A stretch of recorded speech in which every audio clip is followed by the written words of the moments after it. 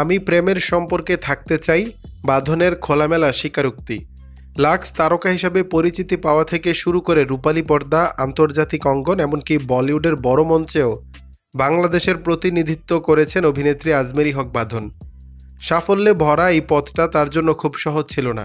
পেশাগত উত্থান পতনের পাশাপাশি ব্যক্তিগত জীবনেও তাকে একাই লড়াই করতে হয়েছে। জীবনে এসেছেন অনেক মানুষ, কেউ তাকে এগিয়ে দিয়েছেন, কেউ আবার মানসিক আঘাতও দিয়েছেন।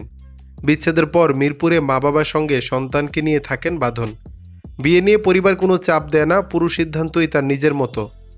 এই প্রসঙ্গে বাঁধন বলেন, বিয়ের জন্য মানসিকভাবে প্রস্তুতি নিয়েছিলাম, কিন্তু এখনও জানি না কিভাবে হবে, কারণ বিয়ে নিয়ে আমার এখনও ট্রমা আছে। বিয়েটা আমার জন্য কতটা সুখকর হবে সেটা বলা কঠিন। ব্যক্তিগত জীবনে বাঁধন এখন বেশ শান্ত, স্বস্তিতে আছেন। সম্প্রতি প্রেমে পড়েছেন এমন গুঞ্জনও ছড়িয়েছে চারদিকে। বিষয়টি স্বীকার করেই বাঁধন বলেন, প্রেম সুন্দর, আমি প্রেমের সম্পর্কে থাকতে চাই, মাত্র তো প্রেমে পড়লাম, এখন এই সম্পর্ককে যত্ন করতে হবে, খুব শিগগিরই বিষয়টি প্রকাশ্যে আনব। দর্শক, বিষয়টি নিয়ে আপনাদের মতামত জানাবেন নিচের কমেন্ট বক্সে।